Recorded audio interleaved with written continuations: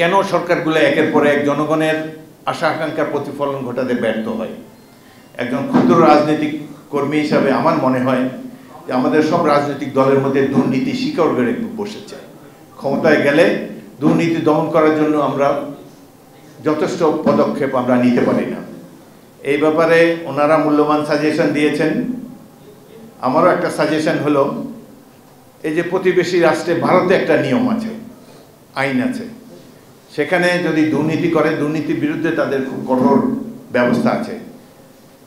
আমরা লক্ষ্য করেছি যে ক্ষমতাসীন থাকা যে সরকার ক্ষমতাসীন তাদের বিরুদ্ধেও দুর্নীতি দমনের কার্যক্রম চলতে পারে, এমনকি সিটিং চিফ মিনিস্টারকে জেলে নিক্ষেপ করা হতে পারে।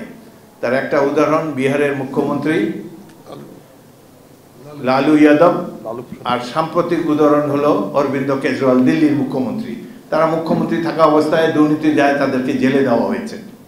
পরবর্তীকালেও কেজরিওয়াল তার অভিযোগকে মিথ্যা প্রমাণিত করে বের হয়ে এসেছেন, কিন্তু তিনি সেই পদটি ছেড়ে দিয়েছেন মুখ্যমন্ত্রী। বাংলাদেশে এই সিস্টেম থাকতে হবে।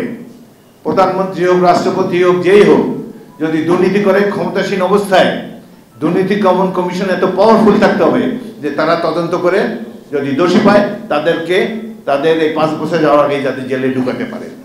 এই ধরনের ব্যবস্থা আমাদের সংবিধানে সন্নিবেশিত করতে হবে। আরও অনেক ব্যবস্থা আছে, হিসাব কিন্তু নাই। শেখ হাসিনাও বলেছিল প্রত্যেক বছর সম্পদের হিসাব দিবে। এমন হিসাবই দিয়েছে যে তার পিয়ন 400 কোটি টাকা নিয়ে হেলিকপ্টারে ভেগে গিয়েছে।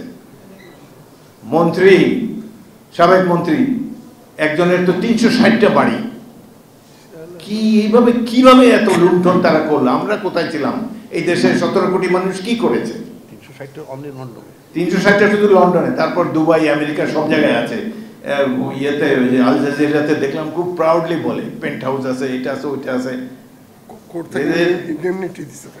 এদের যে কি বলবো, এই যে দুঃশাসন, লুটপাট, এগুলো যে বলেছে, আবার কত কথা বলেছে যে আওয়ামী লীগ পালায় না, শেখ হাসিনা নাকি পালায় না। কোথায় গেল এখন তাদের সেই বাগার অম্বর? যাই হোক, অত্যন্ত দুঃখের বিষয় যে তারা যাওয়ার আগে এই দেশটাকে ধ্বংস করে গিয়েছে। যাই হোক, আমরা আমাদের দলের পক্ষ থেকে যে 31 দফা দিয়েছি, এর মধ্যে থেকে 6টি দফা বর্তমান সরকার গ্রহণ করেছে, 6টি কমিশন করেছে। এই কমিশনগুলোর মাধ্যমে তারা বিদ্যমান রাষ্ট্র ব্যবস্থায় কিছু সংস্কার আনতে পারবেন বলে আমরা আশা করি, তবে দীর্ঘ সময় নেবেন না। এই দেশের জনগণের ভাগ্য নির্ধারণ করার অধিকার জনপ্রতিনিধি, জনগণের নির্বাচিত প্রতিনিধিদের। এই কথাটা বোধহয় ভুলেই যান।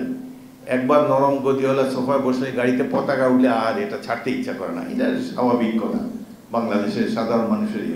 তবে এই মোহমুক্তি আপনাদের হোক, এটাই কামনা করি। এবং এই বছরের বছর 10-20 বছর সংস্কারে লাগাবেন না। অতি অল্প সময়ের মধ্যে নির্বাচনী ব্যবস্থা সংস্কার করে একটি সুষ্ঠু নির্বাচন দেন। জনগণ ভালো লোককে বেছে নেবে। Have faith in your people. জনগণের উপরে একটু আশা রাখেন।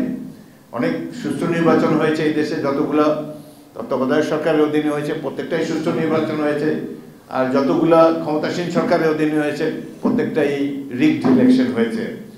তো জনগণের, বাংলাদেশের জনগণ অনেক ত্যাগ তিতিক্ষার বিনিময়ে একটা স্বাধীন দেশ অর্জন করেছে। অনেকেই বলে যে আমরা দ্বিতীয়বারের মতো স্বাধীন হয়েছি। ভারতবর্ষ সম্পর্কে আমাদের আব্দুল্লাহ শিকদার বলেছেন, অমিত শাহ কি বলেছেন, বাংলাদেশের নাগরিককে উল্টা করে ঝুলিয়ে রাখা হবে। আরে আমাদের দেশের লোক তো যায় না তোমাদের দেশে, খালি চিকিৎসার জন্য যায়, সেটাও এই দেশে ভালো ব্যবস্থা হলে যাবে না। কিন্তু উল্টা ঝুলানো কি দরকার? অমিত শাহ হলেন সেই ব্যক্তি, গুজরাটি হত্যাকাণ্ডের চার্জশিটভুক্ত আসামি।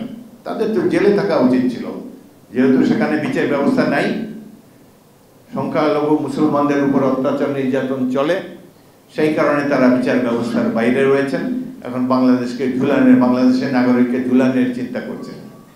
আমাদের কথা হলো, আমরা ভারতের সাথে বন্ধুত্বপূর্ণ সম্পর্ক চাই, ভালো সম্পর্ক চাই, but please leave us alone. আমাদেরকে আমাদের মতো থাকতে দেন। আমরা গরিব দেশ হোক, মধ্যম আয়ের দেশ হোক, যেই দেশে যাই হোক, আমরা আমাদের মতো থাকি। আপনারা ধনী দেশ, অনেক পৃথিবীর বৃহত্তম গণতন্ত্র, আপনারা ভালোভাবে থাকেন। আমাদের দিকে সেন দৃষ্টি দিয়ে দৃষ্টিপাত করবেন না।